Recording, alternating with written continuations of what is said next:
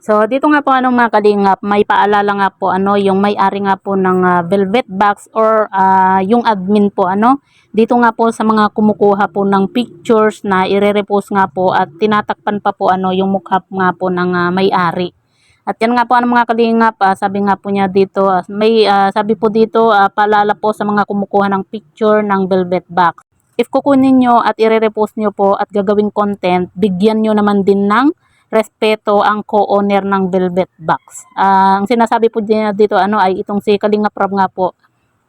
Kumbaga bigyan din po ng respeto din po itong si Kalinga Prab kasi siya po yung co-owner nga po At yan nga po mga kalingap, dito po kasi meron po kasing picture nga po ang Mick Chris at kasama nga po yung may-ari nga po ng Velvet Box.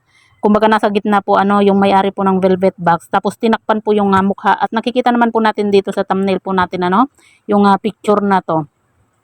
At sabi nga po niya dito, inedit nyo na lang sana at inalis sa gitna. Di yung tatapalan nyo pa ang mukha. Kinuha nyo na nga ang picture, binalahuran nyo pa. So yan po mga kalingap. Ang pangit din naman po mga kalingap. Yung ganito na kukunin mo na nga po yung picture tapos tatakpan mo pa. Pwede naman po yung edit po, 'di ba? Yung kung gusto po ng mga supporter po ng Mick Chris na pagtabihin or yung itong si Krista at Mikoy lang po yung makikita nila or sila lang po yung kumbaga parang magkasama doon sa picture. Sana inedit na lang po hindi yung tatakpan pa po yung mukha po ng may-ari po ng Velvet Box kasi ang pangit nga naman po At yan nga po mga kalingap, meron po tayong mga nababasa nga po na yung mga ibang supporter nga po ng Mick Chris ibinibintang po sa mga iba at sinasabi nga po nila na ang may kagagawan nga po nito ay yung mga basher, 'di ba? Ang bihira ibinibintang pa po sa iba yung ginawa na ito. Kumbaga hindi naman po lahat ng mga supporter po ng Mick Chris ganito po yung ginawa po kumbaga may ilan lang po or may gumawa lang po na isa. Pero syempre yung iba nadadamay na din po sa ginawa po ng isa. Ganun naman po yun lalo na pagka supporter ka po ng Mick Chris nga po. Pero yun nga po sana kumbaga humingi na lang po tayo ng pasensya po kasi lahat naman po tayo nagkakamali. Kumbaga wag na po tayong magbintang pa po sa iba. Huwag na po natin ibintang pa po sa iba yung ginawa po natin. Kagaya na lang po nito, 'di ba? Ibinibintang po nila sa basher daw.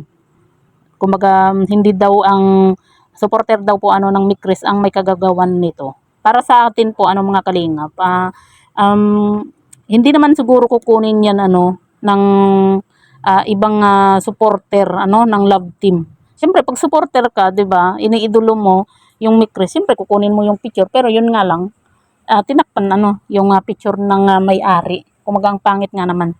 Tapos ibibintang pa po natin sa iba, 'di ba? Yung ginawa nating kamalian. At kumbaga hindi naman po 'yan gagawin po ng mga ibang supporter na kukunin yung picture ng Mick Chris na meron naman po silang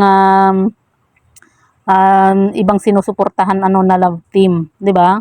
Ano naman po yung gagawin po ng mga ibang supporter dito nga po sa picture ng Mick Chris na meron naman po silang sinusuportang ibang love team nga po Kaya ang may kagagawan lang din po niyan mga kalingap ay ang supporter din po yan ng Mick Chris na inedit po na kinuha po nila yung picture tapos tinakpan nila yung picture nga po ng may-ari. Siguro ang gusto po ng kumuha ng picture na ito gusto po niya siguro na ang nakikita lang ay itong si Mikoy at itong si Krista kaya siguro tinakpan po yung mukha nga po ng may-ari ng Velvet Box.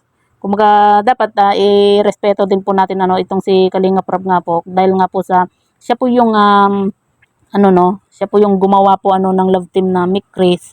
Siya rin po yung may-ari, kumaga co-owner din po siya at hindi rin po part ng Kalingap ang Velvet Box nga po kumbaga co-owner lang po itong si Kalinga Prab kaya sana wag po natin gawan po ng mga ganito naman po na hindi naman po talaga kaaya-aya po na takpan po natin yung mukha po ng may-ari po ng Velvet Box.